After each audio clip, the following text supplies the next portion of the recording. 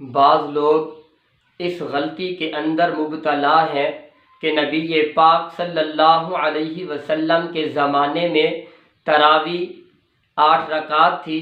حضرت عمر بن خطاب رضی اللہ تعالی عنہ نے اپنے زمانے کے اندر تراویح کو 20 رکعت جاری کر دیا، حالانکہ ایسی بات نہیں ہے۔ تراویح آپ علیہ السلام کے زمانے میں بھی 20 رکعت تھی۔ حضرت عمر بن خطاب رضی اللہ تعالی عنہ نے بھی اس کو 20 ہی جاری رکھا۔ تو پھر حضرت عمر بن خطاب رضی اللہ عنہ پر یہ جملہ کیوں بولا جاتا ہے، حضرت عمر پر یہ طعن کیوں کیا جاتا ہے؟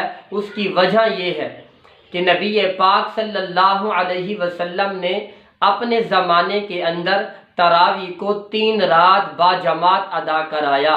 جب چوتھی رات آئی تو صحابہ مسجد کے اندر انتظار کرتے رہے، لیکن نبی پاک صلی اللہ علیہ وسلم تشریف نہیں لائے۔ جب اللہ کے محبوب نہیں آئے تو صحابہ پریشان ہوئے، کیا وجہ ہے کہ آج اللہ کے محبوب تشریف نہیں لائے؟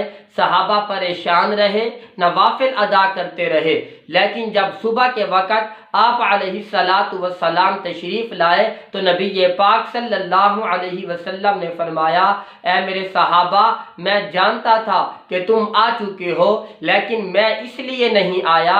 اگر چوتھی رات بھی میں آ جاتا اور تمہیں تراویح جماعت کے ساتھ پڑھاتا تو مجھے خطرہ تھا کہیں آسمان سے وحی نازل نہ ہو جائے کہ تراویح تم پر فرض کر دی گئی ہے۔ بخاری شریف کی روایت کے مطابق نبی پاک صلی اللہ علیہ وسلم نے ارشاد فرمایا، خشیت ان یکتب علیکم، مجھے اندیشہ تھا کہیں آسمان سے وحی نازل نہ ہو جائے کہ تراویح تم پر فرض کر دی گئی ہے، میں اس وجہ سے نہیں آیا۔ اے میرے صحابہ، آج کے بعد تم تراویح کو گھروں کے اندر ادا کیا کرو۔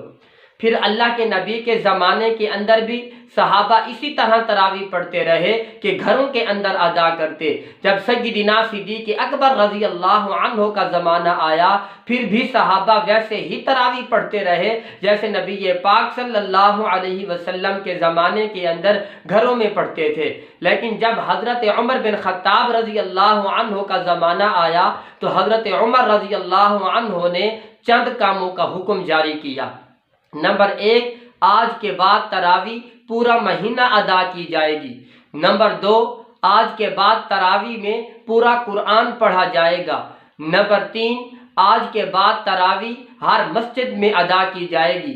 نمبر 4، آج کے بعد تراویح جماعت کے ساتھ ادا کی جائے گی۔ جب حضرت عمر بن خطاب نے یہ حکم جاری کیا تو صحابہ حضرت عمر بن خطاب کے پاس آئے، کہنے لگے، اے امیر المؤمنین، کیا وجہ ہے کہ نبی پاک صلی اللہ علیہ وسلم نے حکم دیا تھا کہ تراویح گھروں کے اندر ادا کرو، لیکن آپ حکم دے رہے ہیں کہ تراویح مسجد کے اندر ادا کرو اور باجماعت ادا کرو؟ حضرت عمر بن خطاب رضی اللہ عنہ نے فرمایا کہ جس وقت اللہ کے محبوب صلی اللہ علیہ وسلم نے حکم دیا تھا، کیا اس وقت میں بھی آپ کے ساتھ موجود تھا یا نہیں تھا؟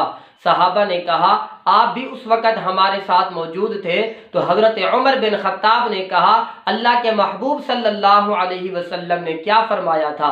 تو صحابہ نے کہا، اللہ کے نبی نے فرمایا تھا، مجھے ڈر ہے کہ آسمان سے وحی نازل ہو رہی ہے، اگر آج بھی میں تمہیں تراویح جماعت کے ساتھ پڑھاؤں تو کہیں وحی نازل نہ ہو جائے کہ تراویح تم پر فرض کر دی گئی ہے۔